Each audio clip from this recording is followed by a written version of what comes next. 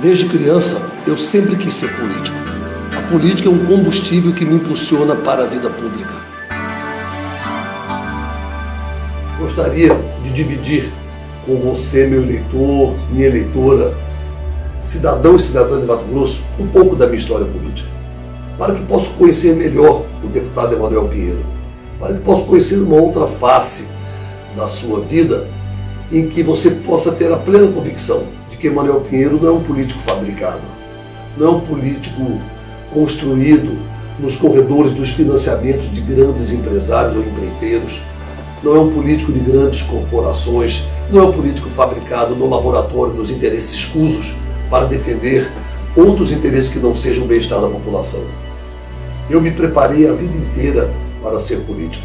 Sou filho do ex-deputado federal Emanuel Pinheiro, que na década de 60 e 70 foi um dos maiores líderes políticos do meu estado, do nosso estado. Meu pai foi 2 vezes deputado estadual, foi 2 vezes presidente da Assembleia Legislativa e deputado federal dos mais votados em 1970. Em 1974, quando se preparava para a candidatura ao Senado, foi tragicamente assassinado na Chapada dos Guimarães. Eu tinha 9 anos de idade, era criança ainda, e minha mãe, com 5 filhos menores, resolveu nos criar em Brasília, porque já morávamos lá, por meu pai exercer o mandato de deputado federal, e estaríamos longe de toda a comoção do crime. E a partir dos 9, dos 10 anos de idade em diante, eu decidi, por convicção ou por um dom divino, de que seguiria a vida pública, de que seria político, iria me preparar para voltar para o meu estado, para dar sequência à vida pública do meu pai e poder prestar relevantes serviços a Mato Grosso e a sua gente. Quando eu tinha 10 anos de idade, eu era uma criança, eu era extremamente gago. Como sou gago até hoje, mas o meu sonho, o meu desejo de representar o povo de Mato Grosso, de ser um político, de ser um deputado, de ser alguém que fale e represente o povo mato-grossense, me faz superar as minhas limitações e as minhas dificuldades. E com 10 anos, eu era uma criança que, apesar de gaga, já sabia, já tinha uma pretensão, uma decisão de vida de ser político.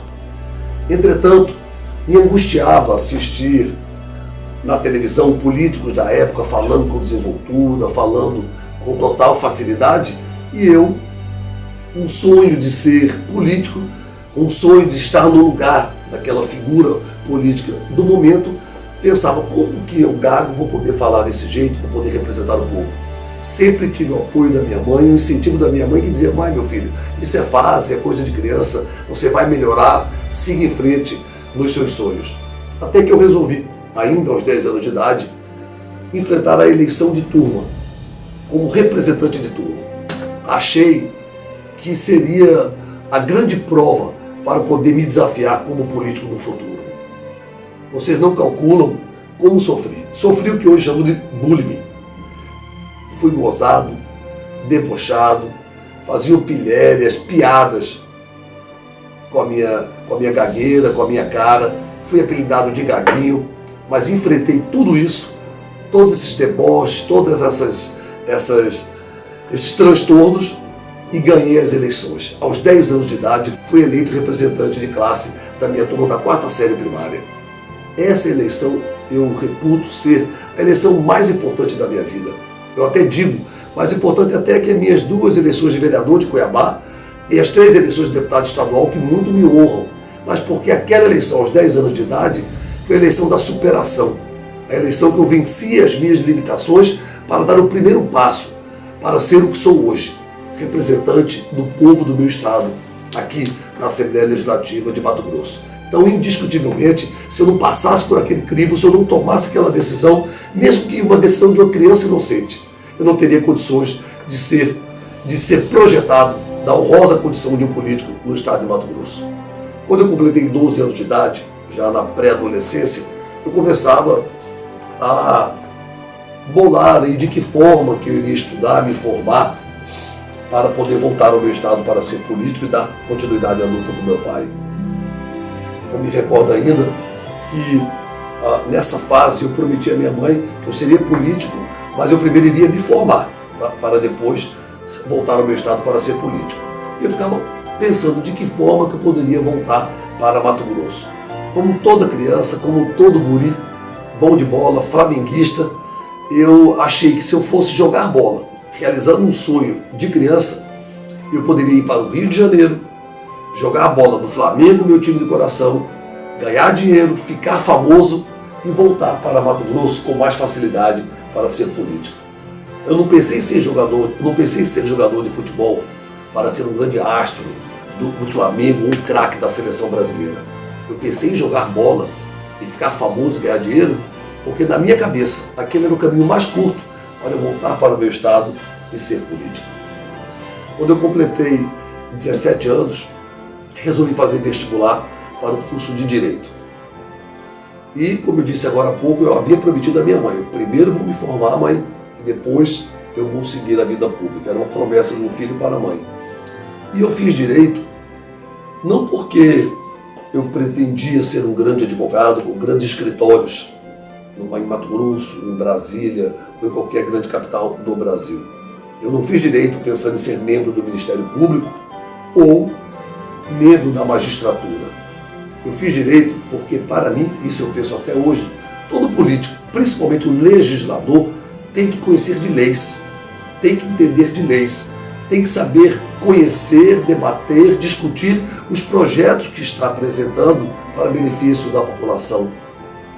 Tem que saber o que está assinando, tem que saber o que está propondo, tem que saber o que está debatendo.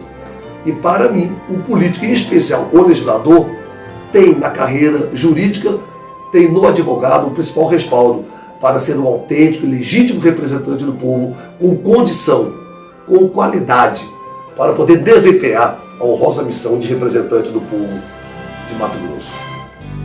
Quando eu completei 19 anos, já cursando Direito, tinha um professor que eu adorava, que eu tinha uma verdadeira veneração por ele. E ele, um dia, descontraidamente, conversamos sobre o futuro. Ele falou: Emanuel, você vai formar daqui a uns 2, 3 anos, você vai advogar ou vai fazer concurso? Eu falei: não, professor, eu vou ser político. Ele falou: político? Mas quando? Eu falei: daqui a 3 anos, em 1988. Eu vou formar e vou voltar para Cuiabá, cidade onde eu nasci, para ser vereador de Cuiabá e começar uma vida política no meu estado. Ele falou: daqui a 3 anos você tem quantos anos? Eu falei: 19. Ele falou: mas daqui a 3 anos você vai estar com 22 anos, com essa cara de guri, você não vai conseguir sensibilizar a população. Eu falei: mas por quê, professor? É a única cara que eu tenho. Ô, Emanuel, o povo não vota em criança. O povo gosta de votar em gente madura, que impõe respeito, que impõe presença, que mostra maturidade, experiência, conhecimento de causas, experiência de vida. Então o povo não vai votar numa criança, num guri igual você. Ah, professor, o que eu vou fazer? Já bateu até um desespero. Né? Eu falei: o que eu vou fazer? É a cara que eu tenho, eu estou me preparando para isso. Falou: Emanuel, faz o seguinte, já que é o seu sonho, vou te dar uma sugestão. Deixa o seu bigode crescer. Vai levar, como você está muito jovem, vai levar uns 2 ou 3 anos para ficar grande e bonito. Aí, quando chegar em 1988, você vai voltar para Cuiabá já com um bigode imponente.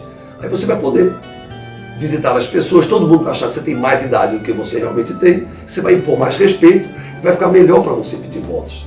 Bom, aí eu deixei o bigode crescer para parecer mais velho, para poder impor mais respeito, porque o professor botou na minha cabeça que essa era a melhor forma, a forma mais fácil para voltar para a minha cidade, para o meu estado e ser político.